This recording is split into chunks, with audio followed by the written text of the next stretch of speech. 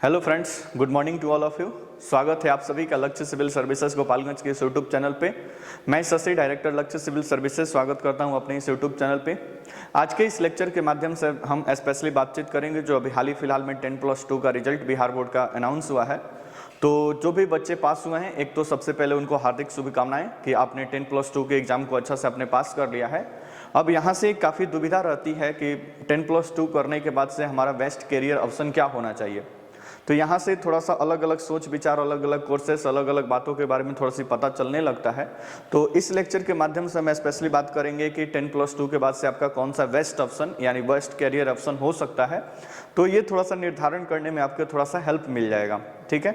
तो इस वीडियो में बस इस चीज़ के डिस्कस करेंगे, अलग अलग सेक्टर या अलग अलग कौन से पार्ट हैं और कहाँ कहाँ पे कैसी नौकरियां हैं और किस प्रकार से बातें यहाँ पे होती हैं, सरकारी प्राइवेट सारी चीज़ों पे एक ओवरऑल हम आपको ओवरव्यू देंगे कि किस प्रकार से पूरा आपका मतलब इसमें है। तो ठीक है, तो वही हमारा है कि 12वीं के बाद से क्या करें, इस पर हम बातचीत करेंगे। तो आइए हम लेसन की शुरुआत करते हैं, ठीक है। तो सबसे पहले तो आपको हम बता दें कि आप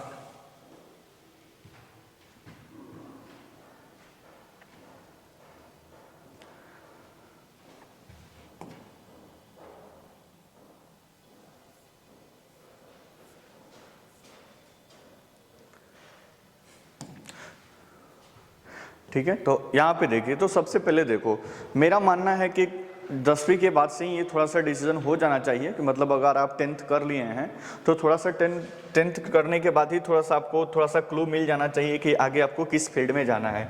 तो मान लीजिए कि आप 10वीं की परीक्षा पास कर लिया और 10th का एग्जाम आपने दे लिया है, मतलब 10वीं के एग्जाम आपने पास कर लिया है। तो आप थोड़ा सा दिमाग लगाएं तो 10वीं के बाद से 3 ऑप्शन आपके पास रहता है कि 12वीं आप किससे करेंगे। तो या तो आप साइंस से किए होंगे, या फिर आपने आर्ट्स से किया होगा, या फिर आप कॉमर्स से किए होंगे। तो 10वीं के बाद से 3 ऑप्शन है। मेरा ऐसा मानना है कि 10वीं के बाद से थोड़ा बच्चे में एक क्लियरेंस हो जाना चाहिए कि आगे उसको 10+2 के बाद से किस फील्ड में जाना है। अगर मान लो कि आपको मेडिकल या इंजीनियरिंग के क्षेत्र में जाना है तो आपको साइंस करना पड़ेगा मेडिकल और इंजीनियरिंग क्षेत्र के लिए। इंजीनियरिंग के लिए स्पेशली PCM आपको लेना पड़ेगा, नहीं फिजिक्स, केमिस्ट्री और मैथ की पढ़ाई करनी पड़ेगी। अगर आपको मेडिकल के क्षेत्र में जाना है तो मैथ, फिजिक्स, केमिस्ट्री के साथ थोड़ा सा बायोलॉजी सब्जेक्ट आपको लेना पड़ेगा। तो ये आपका हो गया मतलब यहाँ से। तो अगर आप 10th के बाद ही थोड़ा सा अवेयर हैं अपनी लक्ष्य के प्रति, थोड़ा सा आपने जान लिया है कि अच्छा हमको इंजीनियरिंग या मेडिकल में जाना है, तो फिर हमको मतलब साइंस से करना पड़ेगा। मान लीजिए कि आप उस समय आप आर्ट्स से करते हैं या फिर कॉमर्स से, आपको सरकारी कंपटीशन की तैयारी करना है तो फिर आप आर्ट्स लेकर अपना 10+2 कर सकते हैं। क्योंकि यहाँ पे जो भी सब्जेक्ट पढ़ेंगे, हिस्ट्री, ज्योग्राफी, पॉलिटी, इकोनॉमिक्स और हिंदी, इंग्लिश जो भी, तो आगे आपको काम आएगा। वो जब आप कंपटीशन के एग्जाम की तैयारी करेंगे या सरकारी नौकरी की, तो फिर वहाँ पर वो काम आपको आ जाएगा। या फिर चाहे तो आईकॉम कर सकते हैं, आगे आपको बिजनेस के क्षेत्र में अपना मतलब काम करना, या फिर कंप्यूटर वगैरह के तो बीकॉम कर सकते हैं। यहाँ से जो भी बच्चा पास करेगा, मतलब आप किसी भी सेक्शन के से पास करें, चाहे आप साइंस से पास करें या फिर चाहे आप आर्ट्स से, 1 सेकेंड, चाहे आप आर्ट्स से पास करें या फिर आप चाहे तो आप कॉमर्स से पास करें, तीनों सेक्शन में किसी भी सेक्शन से आप पास करेंगे तो इस चौराहे पर या तिराहे पर आकर आप खड़े हैं, यहाँ पे आकर खड़े हैं। अब यहाँ से देखेंगे तो मल्टीपल ऑप्शन आपको मिल जाता है। यहाँ से आप सोचेंगे कि हम डिप्लोमा पॉलिटेक्निक कर लें, आप सोचेंगे कि हम बीटेक कर लें, आपके दिमाग में है कि हम MBBS वाला कोर्स कर लें, मेडिकल के क्षेत्र में चले जाएं। यहाँ से एक ऑप्शन है कि आप लॉयर बन जाए, वकील बन जाए, वकालत कर लें। यहाँ से एक ऑप्शन है कि आप सरकारी नौकरी की भी तैयारी कर लें। यहाँ से मल्टीपल ऑप्शन क्या हो जाते हैं, खुल जाते हैं। आप कंप्यूटर के क्षेत्र में चले जाएं, मेडिकल के क्षेत्र में चले जाएं, लॉयर के क्षेत्र में, मतलब किसी भी क्षेत्र में यहाँ से आप अलग अलग ऑप्शन खुल जाते हैं।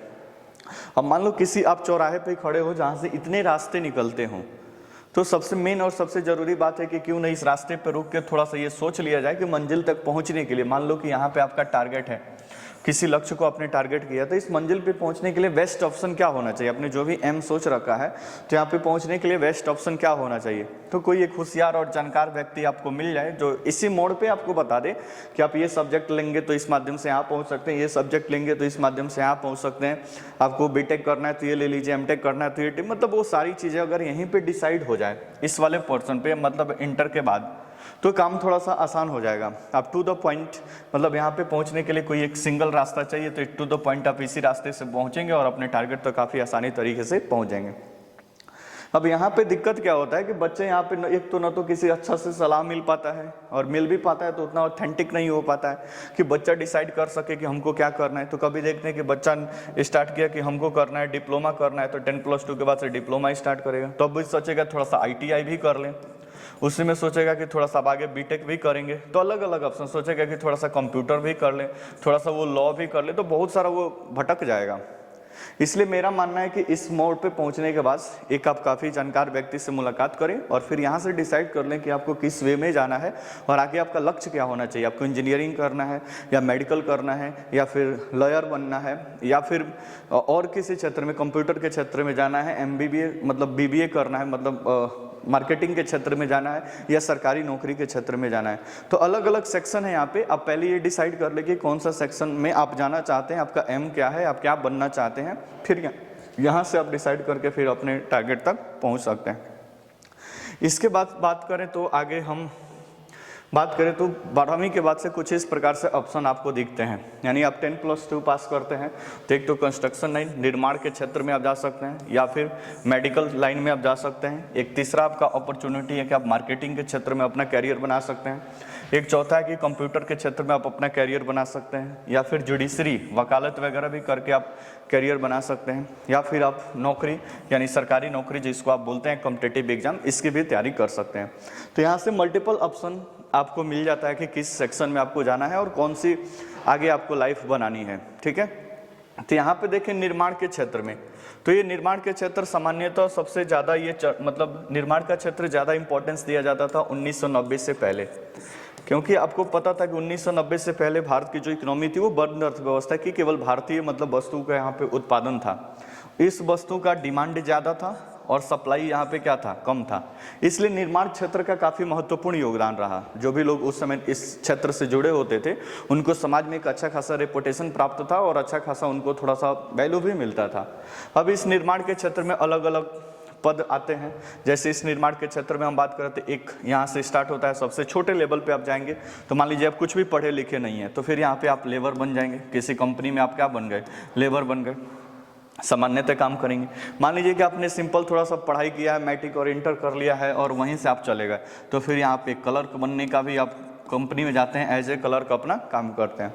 लेकिन आपको लगता है कि नहीं, अब यहाँ से कुछ हम एक डिग्री लेकर जाएंगे, तो यहाँ पे सबसे छोटी डिग्री स्टार्ट होता है जिसको हम ITI के नाम से जानते हैं। आगे इसका हम डिटेल देखेंगे। ITI इंडस्ट्रियल ट्रेनिंग इंस्टीट्यूट इसको बोला जाता है। तो ITI करते हैं, 2 वर्ष का ये कोर्स होता है।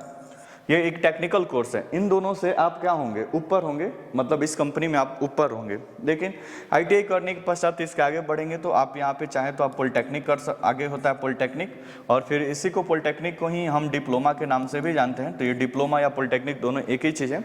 3 वर्ष का ये कोर्स होता है, मतलब 3 वर्ष तक ये कोर्स करते हैं, 3 वर्ष तक। इन्हीं को सामान्यतः जूनियर इंजीनियर के नाम से जाना जाता है। तो आप जो जूनियर इंजीनियर का नाम सुनते हैं तो ये पॉलिटेक्निक और डिप्लोमा जो 3 वर्ष करते हैं ना, इन्हीं को जूनियर इंजीनियर। ये तो आपका हो जाता है 10th पर। इसको 10+2 के बाद भी या 10th पे भी पॉलिटेक्निक हो जाता है। तो ये 3 वर्ष का कोर्स होता है डिप्लोमा का, जिसको जूनियर इंजीनियर कहते हैं। ठीक है, इसके बाद से बात करें कि तो एक चौथा सेक्शन, मान लीजिए डिप्लोमा से ऊपर जाना चाहते हैं तो आप बीटेक करते हैं। बीटेक, बी का मतलब यहाँ पे बैचलर ऑफ टेक्नोलॉजी है, तो बीटेक करते हैं। ये आपका 4 वर्ष का कोर्स होता है। ये आपको ग्रेजुएशन का मतलब डिग्री, बैचलर मतलब ग्रेजुएशन, और मास्टर एम बढ़ेंगे तो मास्टर उसको बोलते हैं, PGB जिसको आप बोलते हैं। तो बैचलर ऑफ टेक्नोलॉजी 4 वर्ष का कोर्स होता है। उसके बाद से सबसे यहाँ पे हायर कोर्स अगर बात करें तो आप जैसे MTech का भी नाम सुनते हैं, MTech का नाम। ठीक है, ये आपका 2 वर्ष का क्या होता है, कोर्स होता है। तो इस प्रकार से निर्माण के क्षेत्र में इतने सारे ऑप्शंस आपको मिलते हैं। बहुत कम पढ़े लिखे, नहीं पढ़े लिखे, लेबर, फिर क्लर्क, फिर ITI, फिर पॉलिटेक्निक, फिर बीटेक, फिर आगे बढ़ते हैं तो MTech करते हैं। अब मान लो कि फैक्ट्री में कोई मशीन खराब हो गया, फैक्ट्री में कोई मशीन खराब हो गया, और मशीन खराब हो गया तो मान लो कि लेबर वहाँ पे काम कर रहा है, ये रिपोर्ट करेगा क्लर्क को कि भाई ये थोड़ा सा मशीन थोड़ा लिखा पड़ी। इसको नहीं समझ में आएगा तो ITI वाले को भेजेगा कि भाई तूने थोड़ा सा टेक्नोलॉजी के बारे में, इस मशीन के बारे में थोड़ा बहुत जानकारी है इनके पास, तो थोड़ा बहुत ये देखेंगे। इनसे नहीं समझ में आएगा तो ये भेजेंगे आपसे ऊपर जूनियर इंजीनियर के पास। जूनियर इंजीनियर उसको देखता है भाई कि कुछ खराबी है तो उसको दूर करता है। अगर उससे दूर नहीं हुआ तो इससे ऊपर होता है कौन, बीटेक वाले। ये जिनको इन्हीं को सामान्यतः इंजीनियर भी बोलते हैं, ये बीटेक वाले जितने लोग होते हैं इनको इंजीनियर भी बोलते हैं। तो ये बीटेक वाले होंगे।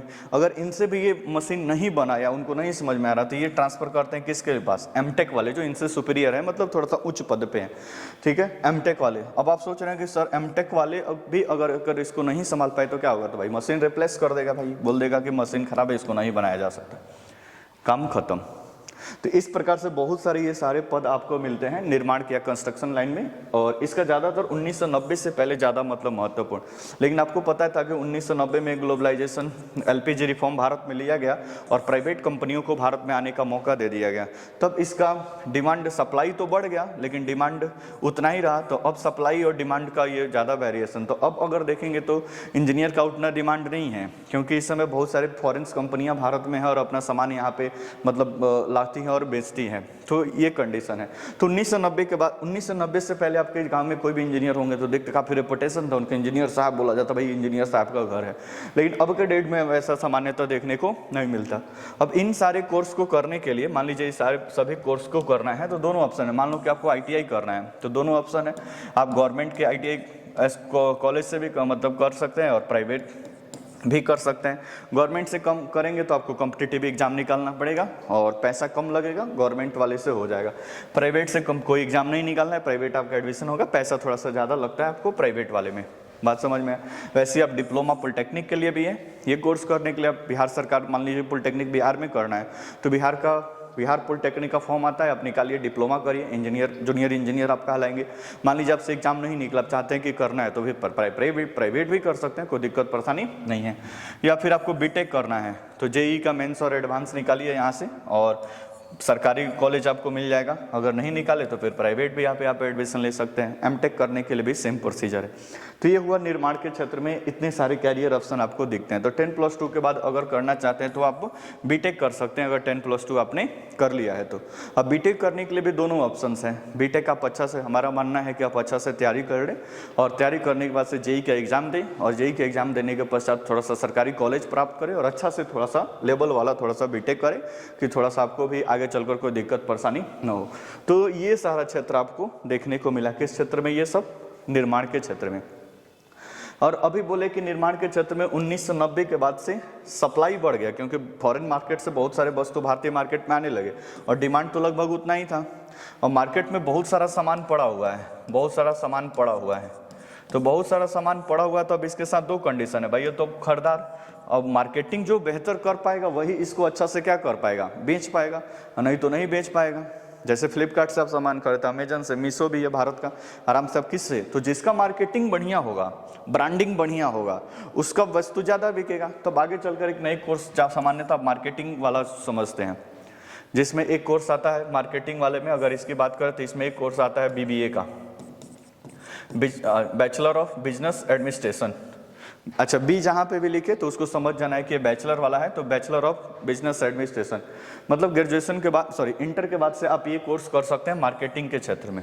बिजनेस एडमिनिस्ट्रेशन मतलब क्या, वस्तु को किस प्रकार से बेचना है, बिजनेस इसका नाम ही है, तो किस प्रकार से आप वस्तु को बेच सकते हैं, ये सारी बातें इसमें समझाई और बताई जाती है। जैसे एक एग्जाम्पल लें तो मान लीजिए कि गंजे व्यक्ति को आपको कंघी बेचना है, तो यही बताया जाए भाई गंजा व्यक्ति, उसके सिर पे तो बाल है ही नहीं, तो बाल है नहीं तो कंघी आप कैसे बेचेंगे।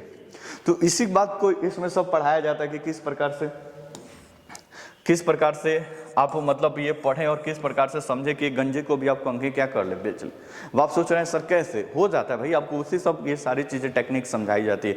मान लीजिए एग्जांपल हम दें, अब उस गंजे व्यक्ति को बोलिएगा भाई ये कंघी ले लो और बार बार ऐसे ऐसे करोगे सुबह सुबह, तो हो सकता है कुछ दिन के बाद बाल उसमें से निकल आए, तो जाहिर सी बात है कि वो भी थोड़ा सा इंप्रेसिव हो जाएगा और आपका कंघी क्या खरीद लेगा। तो इसमें जो कोर्स आता है सबसे पहले वो होता है BBA, इसको बोलते हैं बैचलर ऑफ बिजनेस एडमिनिस्ट्रेशन। उसके बाद से BBA कर लिए, ये आपका 4 साल का कोर्स होता है। उसके बाद से आप कर लीजिए BBA के बाद से MBA हो गया। MBA जैसे MBA चाय वाला नाम सुने, MBA master of business administration, master आप इसमें करते हैं, मतलब ग्रेजुएशन के बाद से 2 साल का और आप कोर्स करते हैं तो आपको मास्टर की डिग्री मिल जाती है। बस कैसे बिजनेस करना है इसके बारे में पूरा यहाँ पे जानकारी दी जाती है। तो ये पूरा आपका मार्केटिंग वाला क्षेत्र हो गया, मार्केटिंग वाला क्षेत्र। यहाँ तक कोई दिक्कत परेशानी? नेक्स्ट, अगर हम यहीं पे बात कर ले मेडिकल के क्षेत्र में, एक मिनट, अब मान लो कि हम बात करते हैं मेडिकल के क्षेत्र में मेडिकल के क्षेत्र में क्या क्या ऑप्शन है। अगर आपको लगता है कि 10+2 आपने कर लिया है और 10+2 के बाद से आपको मेडिकल के क्षेत्र में जाना है, तो मेडिकल के क्षेत्र में सबसे बड़ा अगर कोई पोस्ट ग्रेजुएशन की बात आता है तो आपको भी पता है, वो तो MBBS है। MBBS ये तो आपको पता है। अब MBBS करने के लिए भी दो रास्ते हैं। आप चाहे गवर्नमेंट कॉलेज से करना है तो फिर आपको नीट निकालना पड़ेगा, नीट का एग्ज़ाम निकालना पड़ेगा। अगर नीट का एग्ज़ाम नहीं निकले तो आप चाहे तो प्राइवेट से भी कर सकते हैं। अब फर्क ये पड़ेगा कि नीट अगर निकाल लेते हैं तो आपके पिताजी का थोड़ा सा कम पैसा खर्च होगा, या बहुत कम पैसे में भी आप नीट मतलब वो सरकारी कॉलेज मिल जाएगा, आराम से आप MBBS की डिग्री मिल जाएगी। परंतु अगर आपने नहीं निकाला तो आपके पिताजी के एक अच्छा खासा पैसा प्राइवेट से करने के लिए लग जाएगा, ठीक है। और ये लगभग 1 करोड़ रुपया तक लगभग लग जाता है आपको MBBS की पढ़ाई करने के लिए। एक अच्छा खासा मोटा रकम इसमें इन्वेस्टमेंट की डिमांड करता है MBBS की डिग्री को प्राप्त करने के लिए। तो 1 करोड़ रुपया है, आप व्यवस्था कर पाते हैं तो कोई दिक्कत नहीं है, प्राइवेट से भी MBBS कर सकते हैं एक अच्छे कॉलेज से। हालांकि इसमें 50 लाख से ऊपर ही लगेगा, कितना भी आप मतलब कॉलेज कैसे भी आप सिलेक्शन करें, कम से कम 50 लाख रुपया आपको MBBS प्राइवेट से करने के लिए क्या हो जाएगा, लग जाएगा। तो एक अच्छे खासे रकम की क्या करता है, डिमांड करता है। तो इन्वेस्टमेंट चाहिए इसमें, लेकिन बाद में रिटर्न भी अच्छा खासा आता है, इतना भी दिमाग में रखिए। जैसे शुरुआत में अगर हैं आप तो शुरुआत में थोड़ा सा कम सैलरी होगा, लेकिन आगे चलकर जब आप एक्सपीरियंस पर्सन हो गए तो हो सकता है कि आप पर डे 1-2 लाख रुपया 2-3 लाख रुपया पर डे क्या कर लें, कमा लें। क्योंकि MBBS आप डॉक्टर हैं, अपने डिस्ट्रिक्ट में ही देख लीजिए, मान लीजिए शंभुनाथ सिंह कितना मतलब उनका इनकम है, आप समझ सकते हैं, ठीक है। कभी गए होंगे उधर घूमते फिरते तो, ठीक है। तो पर डे में आप इतना पैसा निकाल सकते हैं, परंतु इसके लिए चाहिए पहले इतना करोड़, यानी लगभग 1 करोड़ का इन्वेस्टमेंट चाहिए MBBS। या फिर आप नीट निकाल लें, काम आपका आसान हो जाएगा और आराम से कम पैसे में भी आप आराम से MBBS बन सकते हैं। तो ये हो गया। अब इसी में एक BDS कोर्स आता है, BDS डेंटल सर्जरी करके होता है, बैचलर ऑफ डेंटल सर्जरी। इसमें भी थोड़ा सा पैसा लगता है और भी बहुत छोटे छोटे कोर्स हैं। आपको इस क्षेत्र में अगर अपना करियर बनाना है, थोड़ा सा पैसा वैसा है, आपका बैकग्राउंड ठीक है, तब इसको आप अच्छा से समझकर, अभी तुम थोड़ा सा शॉर्टकट गए हैं, आपको अच्छा से आप चाहें तो आप भेंट करके या मुलाकात करके आप अच्छा से अलग अलग कोर्स के बारे में समझ सकते हैं, या किसी भी जानकार आदमी से थोड़ा सा इस फील्ड में पूछ सकते हैं। तो ये 3 क्षेत्र हमने डिस्कस किया, एक निर्माण, मेडिकल और मार्केटिंग। अब इसके साथ साथ मान लीजिए कि आपका विचार बन रहा है कि नहीं सर ये सारी चीज़ें हमको पसंद नहीं है, तो पसंद नहीं है तो और क्या ऑप्शन है आपके मतलब करियर में, तो उस पर आप बात करते हैं। मान लीजिए कि अब कंप्यूटर के क्षेत्र में 10+2 आपने कर लिया, आपको लगता है कि थोड़ा सा वाइट कॉलर जॉब चाहिए, एकदम ठीक ठाक सूट वूट वगैरह बढ़िया, धूप में नहीं जाना है, तो आप चाहें तो कंप्यूटर के क्षेत्र में अपना कैरियर बना सकते हैं। इसमें कोर्स आता है, सबसे पहले बात करें तो इसमें आता है BCA, bachelor of computer application. BCA एक कोर्स होता है जो आप 10+2 के बाद करते हैं, आपको पूरा इसमें डिग्री वगैरह मिलता है कंप्यूटर एप्लीकेशन। एक ADCA होता है जिसमें थोड़ा सा साल भर का वो कोर्स होता है, कंप्यूटर के बारे में जानते हैं, ये आपका एक डिग्री हो गया, मतलब ग्रेजुएशन लेवल का BCA। इसी के ऊपर जाएंगे तो इसी में हो जाएगा MCA, master of computer application. तो ये दोनों आपको कंप्यूटर के क्षेत्र में बहुत सारे मतलब ये 2 ऑप्शन आपको प्रोवाइड करते हैं। तो आप चाहें तो निर्माण के क्षेत्र में इतना सारा हम बताएं, मेडिकल के क्षेत्र में, मार्केटिंग के क्षेत्र में, कंप्यूटर के क्षेत्र में। आपको लगता है कि सर ये थोड़ा सा हमको मतलब ठीक नहीं लग रहा है, तो ठीक नहीं लग रहा है तो और भी ऑप्शन आपके पास, मान लीजिए कि नहीं आपको जुडिशरी के क्षेत्र में जाना है, कोई दिक्कत नहीं। एक पेपर होता है क्लैट, नाम सुने होंगे, क्लैट का पेपर होता है, ठीक है, कॉमन लॉ एप्टीट्यूड टेस्ट इसको बोलते हैं। आप ये क्लैट का एग्जाम पास करते हैं तो 4 वर्ष का लॉ की पढ़ाई करते हैं आप, लॉ और वकालत करते हैं। ये सामान्यतः आज़ादी से पहले काफ़ी मतलब वो ये चर्चा में था। आप देखते हैं कि महात्मा गांधी हो, सरदार पटेल, ये सब लोग मतलब क्या थे, लॉयर थे, मतलब लॉ करते थे, लॉ की पढ़ाई करते थे और ये वकील बन जाते थे। अभी भी इनका एक अच्छा खासा रेपुटेशन है समाज के अंतर्गत, क्योंकि आपको पता है कि भारत के संविधान को वकीलों का स्वर्ग कहा जाता है, पैराडाइज मतलब इसको कहा जाता है, स्वर्ग। मतलब इतनी कन्फ्लिक्ट है भारत में कि एक लॉयर कभी भी मतलब वो मतलब बेरोजगार नहीं बैठ सकता है, काफ़ी अच्छा खासा अपॉर्चुनिटी रहता है। आप अच्छे वकील बनते हैं तो एक अच्छा खासा मतलब एक समाज की जिम्मेदारी मिलती है, कानून वगैरह की पढ़ाई वगैरह करते हैं। तो एक ऑप्शन है जुडिशरी के क्षेत्र में आप लॉ की पढ़ाई करते हैं, 4 साल का कोर्स होता है। बिहार सरकार अलग अलग स्टेट गवर्नमेंट के अंतर्गत ये लॉ की पढ़ाई के अंतर्गत, मतलब लॉ की डिग्री है आपके पास, तो कुछ स्पेशल एग्जाम की वैकेंसी जैसे बीपीएससी जुडिशरी का एग्जाम लेती है, जहाँ पे आपको ये डिग्री होना क्या है, अनिवार्य है। तो इस तरह से ये पांचों फील्ड हम आपको दिखा दिए। ये वाला थोड़ा सा एवरग्रीन मतलब ये सेक्टर माना जाता है, कभी भी इसमें आप बेरोजगार नहीं रहेंगे, अच्छा खासा इसमें होगा। अब इसमें भी छोटा छोटा होता है, मान लीजिए कोई चेकअप वकअप जैसे ब्लड टेस्ट करने वाला एक छोटा सा कोर्स कर लिए, या फिर यूरिन टेस्ट करने वाला एक छोटा सा कोर्स कर लिए, ठीक है, ब्लड हार्ट बीट चेक करने वाला, तो कुछ शुगर टेस्ट करने वाला, तो छोटा मोटा भी कोर्स होता है। आप थोड़ा बहुत मतलब पैसा इन्वेस्ट करके और अपना ये यहाँ से चालू कर सकते हैं, ठीक है। तो ये अलग अलग फील्ड हमने बता दिया। और लास्ट हम नौकरी का क्षेत्र, ये सबसे लास्ट में आता है। आप सोचे कि सर मेरे पिताजी के पास इतना पैसा नहीं है कि ये सारे कोर्स हमको करा सके, तब भी कोई दिक्कत नहीं है। आगे चल के आपको सरकारी नौकरी या गवर्नमेंट एग्जाम की आप तैयारी कर सकते हैं और सरकारी नौकरी प्राप्त कर सकते हैं। तो ये सरकारी नौकरी में कौन सा कर कैसे ऑप्शन है, इस पर हम आगे मतलब बातचीत करते हैं, ठीक है।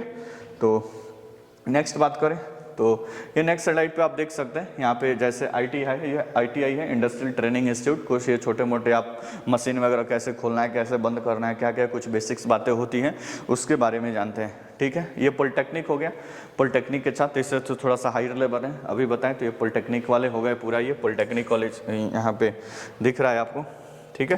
तो ये पॉलिटेक्निक वाले हो गए, ये आपको दिख रहे हैं इंजीनियर सब यहाँ पे, इन्हीं को जूनियर इंजीनियर कहा जाता है। नेक्स्ट बढ़े तो ये आपको बीटेक वाले हैं भाई, जिनको सामान्यतः इंजीनियर 4 साल का इनका कोर्स है, और जेई के एग्जाम के माध्यम से गवर्नमेंट और प्राइवेट भी आप कर सकते हैं।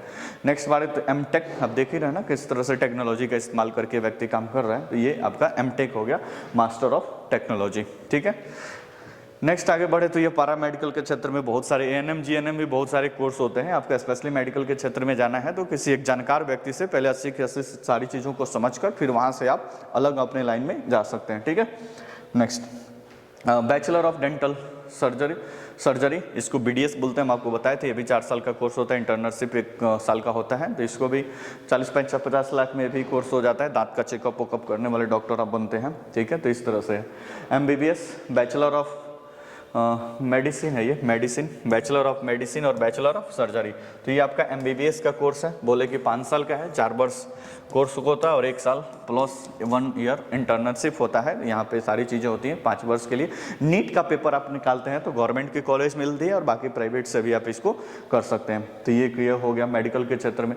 ये बिजनेस या मार्केटिंग के क्षेत्र में भी बताएं कि बिजनेस और मार्केटिंग के क्षेत्र में 2 ऑप्शन है आपके पास, बैचलर ऑफ बिजनेस एडमिनिस्ट्रेशन, उसके बाद से 2 वर्ष ये आपका 4 साल, फिर इधर से बढ़ेंगे तो ये 2 साल और करेंगे तो आपको MBA आपका मिलेगा, मास्टर ऑफ बिजनेस एडमिनिस्ट्रेशन। आगे बढ़ेंगे तो कंप्यूटर के क्षेत्र में भी BCA और फिर बैचलर ऑफ कंप्यूटर एप्लीकेशन, ये BCA 3 साल का कोर्स होता है, फिर MCA 2 साल का कोर्स होता है, मास्टर ऑफ कंप्यूटर एप्लीकेशन। तो ये इसके क्षेत्र में आ गया, ठीक है। नेक्स्ट अगर बात करें तो अब सामान्य, मान लीजिए कोई कोर्स नहीं किए तब भी सामान्य तरीके से मान लीजिए कि आपने 10+2 पास कर लिया है, 10+2 पास कर लिया है वर्ष 2023 में, या फिर अब जब भी मान लीजिए 2022 में ही पास किए हैं, तो मेरा मानना है कि आगे अगर आप सरकारी नौकरी की तैयारी में और जनरल नौकरी की तैयारी में है तो ये डिग्री वाला काम, यानी 10+2 के बाद से ग्रेजुएशन, ग्रेजुएशन के बाद से पोस्ट ग्रेजुएशन, ये एक साइड से आप चलते रहने दीजिए। मतलब इसको आप होल्ड मत करिए, आप अपने डिग्री को धीरे धीरे स्टेप बाय स्टेप आगे बढ़ाते रहिए। कम से कम आपका डिग्री भी तो इधर से एक साइड से कंप्लीट होते रहेगा, आगे इसका हेल्प मिलता है। ऐसा नहीं है कि आपको मतलब ऐसे ही चला जाएगा, नहीं। तो सामान्य में आप क्या कर सकते हैं, तो एक तो आपको यहाँ पे दिख रहा है कि सबसे पहले 3 ऑप्शन है आपके पास, BSc कर सकते हैं, BCom कर सकते हैं और BA कर सकते हैं। अब चूंकि सामान्य नौकरी की आप तैयारी कर रहे हैं, नौकरी की आप तैयारी कर रहे हैं सरकारी, तो यहाँ पे ज़्यादातर इंपॉर्टेंट होता है क्या, BA करते हैं तो हिस्ट्री, ज्योग्राफी, पॉलिटी, इकोनॉमिक्स, यही सारी चीज़ें पढ़ते हैं जो आगे चलकर आपके कॉम्पिटिटिव एग्जाम में भी एक महत्वपूर्ण भूमिका निभाता है। कॉम्पिटिटिव एग्जाम के लिए भी यही सारे सब्जेक्ट्स पढ़ते हैं और यहाँ के भी लिए भी, तो दोनों काम एक साथ हो जाता है। आप BA भी अच्छा से कंप्लीट कर लेते हैं और साथ ही साथ आपका मतलब कंपटीशन की तैयारी भी चलते रहती है। इसके बाद BA करने के पश्चात आप चाहें तो B.Ed कर सकते हैं, बैचलर ऑफ एजुकेशन। आपको मास्टर की बनना है या टीचर बनना है सरकारी स्कूल्स के अंतर्गत, तो आप B.Ed कर लेंगे, 2 साल का ये कोर्स होता है। अभी तो 10+2 के बाद से एक ही बार 4 साल का कर दिया गया जिसमें ग्रेजुएशन और बीएड दोनों हो जाएगा। लेकिन आपने मान लीजिए बीए कर लिए, तो बीए करने के पश्चात से ये बीएड का डिग्री आप ले सकते हैं। सीटेट वगैरह या स्टेट का फॉर्म आता है, भरते हैं, फिर वहाँ से कंपटीशन पास करते हैं, तो एज ए टीचर आपकी नौकरी लगती है। नेक्स्ट एक सेगमेंट होता है एमएड, बीएड के बाद होता है एम, जहाँ पे लगेगा तो मास्टर ऑफ एजुकेशन है। ये आपका बैचलर ऑफ एजुकेशन था और ये आपका मास्टर ऑफ एजुकेशन है। तो इस प्रकार से करके ये पूरी प्रक्रिया है आपका, और पूरी ये मतलब इस तरह से सामान्य मतलब कहने का मतलब कि डिग्री को आगे बढ़ने दीजिए, डिग्री को आप न रोकिए और एक साइड से डिग्री को आगे बढ़ने दीजिए। अब नेक्स्ट, अब आगे बात करें लॉ के लिए एक लेट का एग्जाम होता है, अभी बताएं हम आपको, तो ये तो हो गया। अब देखो, अब नौकरी के लिए 2 ऑप्शन है आपके पास। 2 ऑप्शन किस प्रकार से, जैसे मान लो कि एक सुरक्षा के क्षेत्र में हो गया और एक सामान्य प्रशासन के क्षेत्र में हो गया, ठीक है। अगर आपने 10+2 मतलब पास किए हैं बढ़िया से, साइंस से आपने एग्जाम दिया था, तो 2 एग्जाम और हैं, एनडीए होता है और एक एयरफोर्स होता है, एयरफोर्स एक होता है। एनडीए और एयरफोर्स के लिए अगर आपका 10+2 थोड़ा सा बढ़िया है, तो मेरा मानना है कि 16.5 वर्ष, लगभग 16.5 वर्ष से 21 वर्ष तक ये दोनों एग्जाम कंडक्ट कराए जाते हैं। तो इंटरमीडिएट के सब्जेक्ट्स यानी फिजिक्स केमिस्ट्री और मैथमेटिक्स और इंग्लिश है, इसको पढ़ के ये दोनों के लिए आप कम से कम यहाँ तक अप्रोच कर सकते हैं, क्योंकि अच्छा है एनडीए पास करते हैं और वहाँ पे पूरी तरह से आपका आगे सब कुछ श्योर हो जाता है। या फिर एयरफोर्स के लिए आप जा सकते हैं अगर 10+2 आपका बढ़िया से है, साइंस से किए हैं अच्छा से, तो ठीक है। तो इसमें भी अब सरकारी नौकरी में भी देखें तो ये 2 तरीके से होगा। एक तो आपने सुरक्षा वाला, अभी सुरक्षा होगा तो एक राज्य स्तर पे भी होगा और एक केंद्र स्तर पे भी होगा, दोनों स्तर पे होगा, राज्य और केंद्र दोनों होगा। अब राज्य केंद्र दोनों होगा तो राज्य स्तर पे मान लीजिए 10+2 पे देना है, तो 10+2 पे देंगे तो आप बिहार पुलिस बनेंगे, बिहार पुलिस, जैसे बिहार में बिहार, उत्तर प्रदेश में उत्तर प्रदेश पुलिस।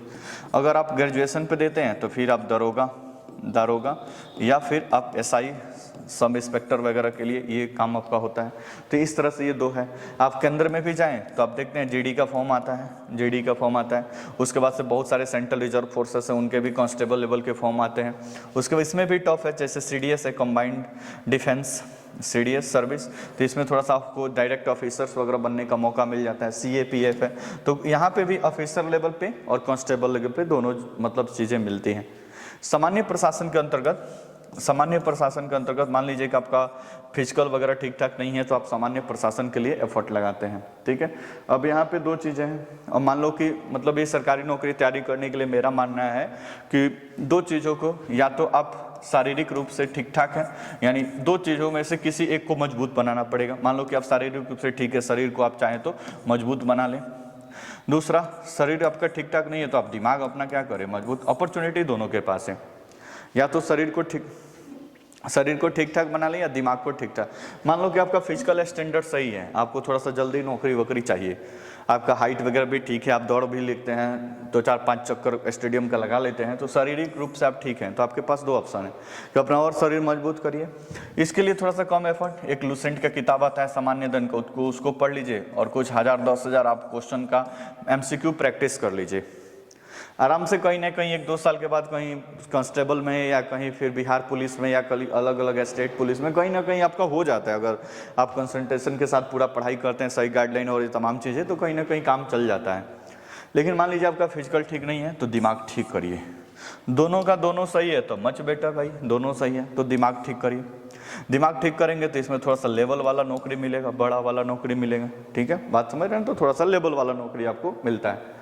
ये वाला तो 10+2 पे होता है। कहा जाता है कि इसमें काठ वाला कुर्सी मिलेगा भाई बैठने के लिए, इसमें पूरा वो बड़ा वाला चैम्बर वाला कुर्सी वगैरह मिलेगा, VIP यहाँ पे व्यवस्था रहता है। तो दिमाग वाला दोनों है तो मच बेटर है। अब इस पूरे सरकारी कंपटीशन की तैयारी करने के लिए हमारा मानना है कि 2 प्रकार से सरकारी कंपटीशन की तैयारी हो सकता है। आगे अब बातचीत करेंगे हम, स्पेशली सब अलग अलग कॉम्पिटिशन्स के बारे में बातचीत नहीं करेंगे, कुछ मेजर्स बातों पे हम थोड़ा सा इस पे प्रकाश डालेंगे।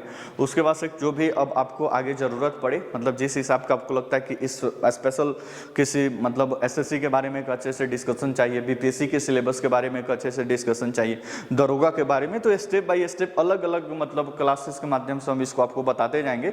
आज के मतलब इस लेक्चर में ओवरऑल एक पूरा खाका हम आपको दे देंगे कि सरकारी नौकरी में किस प्रकार से आपको तैयारी वगैरह करनी होती है। तो मान लो सरकारी नौकरी की आप तैयारी कर रहे हैं, सरकारी नौकरी की, तो मेरा मानना है कि सरकारी नौकरी तैयारी करने की 2 विधि है। एक को बोलते हैं बंसी विधि, एक को बोलते हैं कौन सा विधि भाई, बंसी विधि। इस प्रकार से कुछ बंसी आपने देखा होंगे। और एक को हम बोलते हैं जाल विधि। कौन सा विधि भाई, जाल विधि। तो ये दो प्रकार के हम विधि सामान्यतः इस्तेमाल करते हैं, क्लास में भी ये सारी बातें बताते हैं। बंसी विधि किसको बोलते हैं, बंसी विधि से आप छोटे छोटे मछली, बिहार पुलिस, जीडी, इस टाइप के कुछ छोटे छोटे नौकरी को आप क्या कर सकते हैं, निकाल सकते हैं। मतलब इसमें थोड़ा सा लूसेंट का आपने रट्टा लगा लिया, कोई भी सब्जेक्ट की एक विशेष समझ वगैरह कुछ भी नहीं आ सकता है, आप लूसेंट को थोड़ा सा समझ कर उसको तो इस विधि के माध्यम से आपको छोटा मोटा नौकरी मिल जाएगा, ठीक है। वो काठ वाला कुर्सी, और काठ वाला कुर्सी के साथ आपको नौकरी क्या हो जाएगा, मिल जाएगा। परंतु अब थोड़ा सा बड़े नौकरी को आपको एफर्ट करना है, दरोगा या बीपीएससी या यूपीएससी या कुछ बड़े लेवल पे आप सोच रहे हैं, तो थोड़ा सा अब इससे काम नहीं चलेगा, क्योंकि आपको भी पता है बंसी से छोटे छोटे मछली ही आप पकड़ सकते हैं, बड़े मछली को नहीं पकड़ सकते हैं। बड़े मछली को पकड़ने के लिए प्रॉपर एक जाल की व्यवस्था करनी। आप देखें ना मछुआरे जाते हैं तो बंसी से छोटे छोटे मछली आप पकड़ सकते हैं, बड़े मछली को पकड़ने के लिए क्या करना पड़ेगा, जाल बिछाना पड़ता है। वैसे ही बड़े बड़े नौकरी को निकालने के लिए और बड़े बड़े सर्विसेज या पद पर जाने के लिए आपको क्या करना पड़ेगा भाई, जाल बिछाना पड़ेगा या जाल बनाना पड़ेगा, ठीक है। अब मान लो कि मेरे पास जो बच्चे तैयारी करने के लिए आते हैं कॉम्पिटिटिव एग्जामिनेशंस के, तो हम उनसे पूछते हैं कि आप किस चीज़ का तैयारी करना चाहते हैं, यहाँ पे किस लिए आए हुए हैं। तो उनके ही नहीं पता होता है कि हमको एसएससी करना है या रेलवे करना है या बिहार पुलिस करना है या दरोगा करना है, किसी एक एम पर वो नहीं डिसाइड हो पाते हैं। पहली तो बात ये। दूसरा कि उसमें भटकाव भी काफ़ी ज़्यादा देखा जाता है कि कभी ये कभी वो, कभी इधर कोचिंग कभी उधर कोचिंग, ऐसा नहीं। जाल विधि बोलता है कि प्रत्येक एग्जामिनेशन का एक गिवन सिलेबस है। जैसे मान लो कि हम बीपीएससी की ही बात करें, बिहार लोक सेवा आयोग की बात करें, आप इसकी तैयारी करना चाहते हैं तो पूरा इसका एक प्रॉपर सिलेबस दिया हुआ है कि पीटी में आपको history, geography, polity, economics, physics, chemistry, biology, फिर कुछ करंट अफेयर्स, मैथमेटिक्स, इस प्रकार से कुछ क्वेश्चंस आएंगे। फिर मेंस में क्या पेपर होगा, वो सारी चीज़ तो आगे आ जाएगी।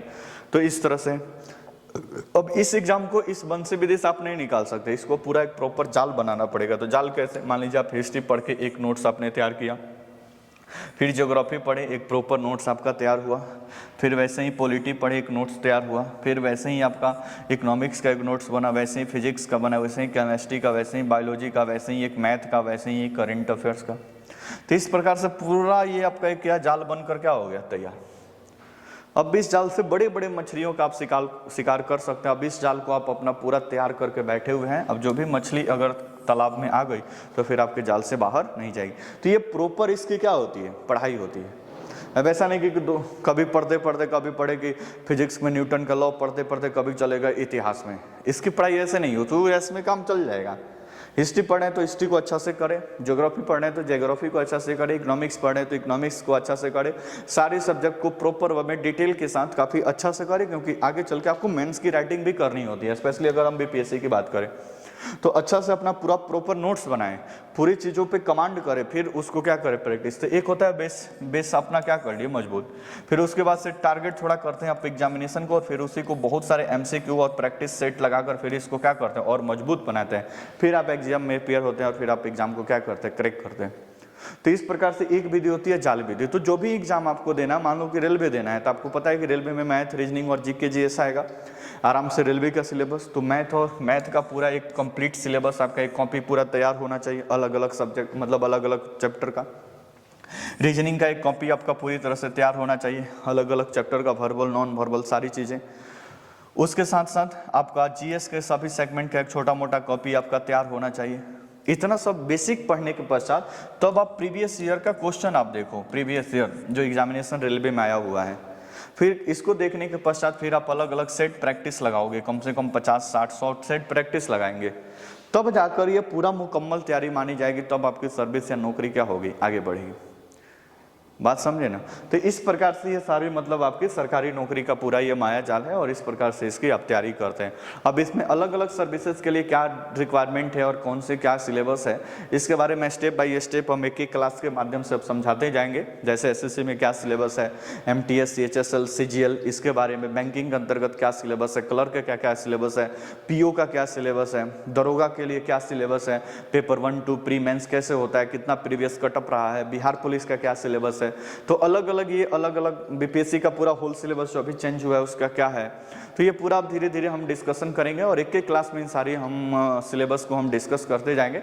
आपको कोई क्लास इसमें से ज़्यादा मतलब पहले अभी आवश्यकता पड़ रही हो कि सर ये मतलब डिस्कस कर दिया जाए, तो फिर आप कमेंट बॉक्स में बताइए कि सर हमको दरोगा का सिलेबस पूरा अच्छा से समझना है, तो सबसे पहले उसी पे वीडियो बन जाएगी। तो आपको कमेंट के ऊपर डिपेंड करता है, जैसे कमेंट रहेगा फिर उसी के सीक्वेंस में पूरा वीडियो ये बनते जाएगा।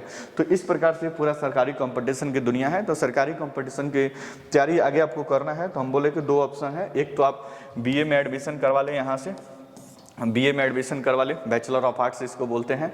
एडमिशन करवाने के पश्चात आपका बीए का सिलेबस भी कंप्लीट होता जाएगा और साथ ही साथ आप सरकारी कंपटीशन की तैयारी भी कर सकते हैं। ठीक है, अब सरकारी कंपटीशन की तैयारी करने के लिए आपको पता ही है कि एक तो चाहिए मैथ, मतलब मैथ चाहिए, रीजनिंग चाहिए, जीके जीएस चाहिए, मतलब जीके जीएस चाहिए, और एक इंग्लिश चाहिए।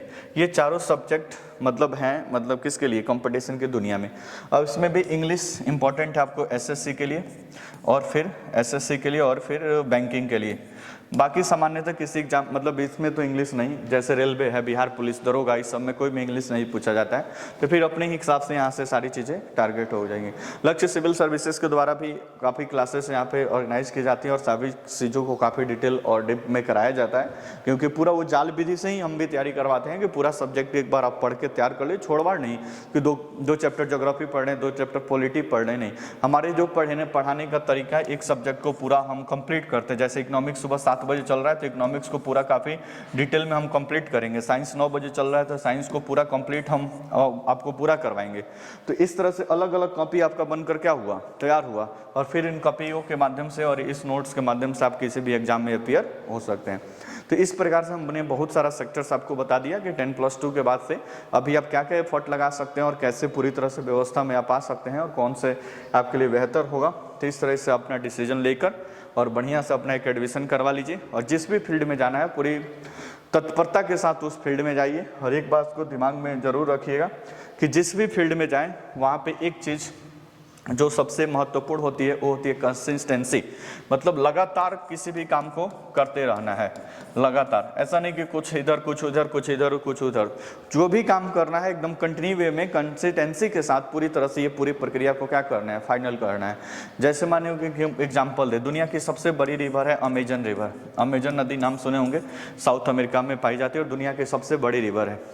अब एक बूंद बूंद ये नदी टपकती है, बूंद बूंद नदी टपकती है, और एक बूंद और दूसरे बूंद के बीच में लगभग 7 से 8 सेकंड का गैप होता है। लेकिन ये नदी बूंद बूंद टपकते टपकते टपकते टपकते दुनिया की सबसे बड़ी रिवर में या सबसे ज़्यादा मतलब पानी वाले नदी में एक परिवर्तित हो जाती है। बात समझे, अमेजन सबसे बड़ी रिवर, तो ये सबसे बड़ी रिवर में परिवर्तित हो जाती है। क्यों? क्योंकि इसने लगातार बूंद को टपकना क्या किया है, नहीं छोड़ा है। तो इस तरह से वो कहावत सुने ना, रस रियावत जात के सिल पर पड़त निशान, तो ये कहावत भी सही कहा गया है। वो बरदराज वाला कहानी भी पढ़े हैं कि वो पत्थर का शिला है, उस पर वो मुलायम सी रस्सी जाते जाते इस पत्थर के शिला पर अपना निशान छोड़ जाती है। वैसे ही कोई भी काम करें एक साथ कंप्लीट रूप में, कोई भी काम एकदम तन्मयता के साथ करें। जो भी करें, आप बीटेक भी करना है तो एकदम पूरी तरह से उसी में आप लगे रहें, बढ़िया से उसको कंप्लीट करें। ठीक है, तो इस तरह से अपना एक एम डिसाइड करके, आपको थोड़ा सा दिक्कत हो रही हो एम डिसाइड करने में तो आप किसी जानकार व्यक्ति से सलाह लें कि कौन कौन सा फील्ड, बाकी सारी चीज़ें तो हमें यहाँ पे बता दी हैं। फिर वहाँ से अपनी रणनीति बनाकर प्रक्रिया को क्या करें, आगे बढ़ाएं। एक बार एफर्ट के साथ आपको तैयारी करना पड़ेगा। 2-3 साल सरकारी नौकरी में है तो 2-3 साल तक अच्छा से आप तैयारी कर लीजिए और आराम से ग्रेजुएशन होते होते आप किसी सर्विस को क्या कर लेंगे, ज्वाइन। परंतु ध्यान रखेंगे कि ये काम क्या करना पड़ेगा, लगातार करना पड़ेगा। ऐसा नहीं कि कभी ये छोड़-छाड़ करेंगे तो ऐसी व्यवस्था नहीं होगी। जैसे कहावत हमको हमेशा क्लास में सुनाते हैं कि एक व्यक्ति को सजा दी गई तो बोली गई कि 100 केजी प्याज काटेगा कि 100 लाठी खाएगा। मतलब सजा में 100 केजी प्याज काटेगा कि 100 लाठी खाएगा। दोनों ऑप्शन इस व्यक्ति के पास था। तो इसने बोला मतलब जो भी करना है वो लगातार होगा, मतलब लाठी भी गिरेगा तो लगातार, प्याज भी काटना है तो लगातार। तो एक व्यक्ति ने सोचा कि भाई लाठी कौन खाएगा, पीठ में दर्द होगा, तो बोला कि हम प्याज काटेंगे। तो उसने प्याज काटने का जिम्मा उठाया, 5 केजी प्याज काटा। तब तक पता चला कि भाई प्याज में आँख में आंसू आने लगा। बोला कि प्याज नहीं काटेंगे, हम क्या करेंगे, लाठी खाएंगे। 10 लाठी खाया, तब तक पता चला कि नहीं प्याज काटना ठीक है, चोट लग रहा है, लाठी नहीं खाएंगे। फिर कभी प्याज कभी लाठी करते करते पता चला कि 200-300 केजी प्याज भी काट दिया था और 400-500 लाठी भी खा लिया था, लेकिन अभी भी उसकी सज़ा फाइनल नहीं हुई थी। तो वैसे भी हमारी लाइफ में भी होता है, कभी लगता है कि ये सही है, सही कुछ नहीं है, दर्द सभी जगह लगभग एक ही समान है, मेहनत सभी जगह पे एक ही समान है। आप आराम से मतलब कोई एक काम लगातार करिए, नौकरी की तैयारी कर रहे हैं तो एक जगह पे आराम से कोचिंग ज्वाइन करिए, अच्छा से आप घर पे कर पा रहे हैं तो सही है, नहीं तो आराम से कोई इंस्टीट्यूट ज्वाइन करिए, आराम से सारी चीज़ों को स्टेप बाय स्टेप पूरी तरह से पढ़िए, अपना नोट्स बनाइए, फिर प्रक्रिया को क्या करिए आगे बढ़े। कोई भी काम करिए एकदम तन्मयता के साथ, पूरी उसी में लग जाइए, अपने आप 100% दे दीजिए। 2-3 साल मेहनत के बाद लग जाता है नौकरी, ऐसा बात नहीं है, लोगों के बहुत सारे लगा हुआ है, ठीक है। सरकारी मतलब इस प्रकार से सारी चीज़ें फाइनल आप कर सकते हैं, ठीक है। तो कंसिस्टेंसी या लगातार ये आपको इसमें आपको जुड़ना पड़ेगा और लगातार कोई एक काम को ही करना पड़ेगा। तो इस प्रकार से लगभग सारी बातों को हमने कवर कर लिया है। और भी कोई जानकारी चाहिए तो कमेंट बॉक्स में आप पूछ सकते हैं, या फिर जो नंबर पोस्टर पे दिया हुआ है उस पर भी कांटेक्ट कर सकते हैं। लक्ष्य सर्विस ऑफलाइन भी क्लास लेते हैं, तो आकर यहाँ पे भी मुलाकात करके ऑफलाइन आप अपना समस्या बता सकते हैं। तो इस प्रकार से सारी बातें हमने डिस्कस कर दी। आई होप कि ये वीडियो आपको अच्छा लगा होगा। अच्छा लगा है तो कृपया इस वीडियो को शेयर कर दें और भी दोस्तों के साथ, क्योंकि उनको भी एक थोड़ा सा गाइडलाइन मिल जाएगा कि आगे उनको क्या करना है, ठीक है।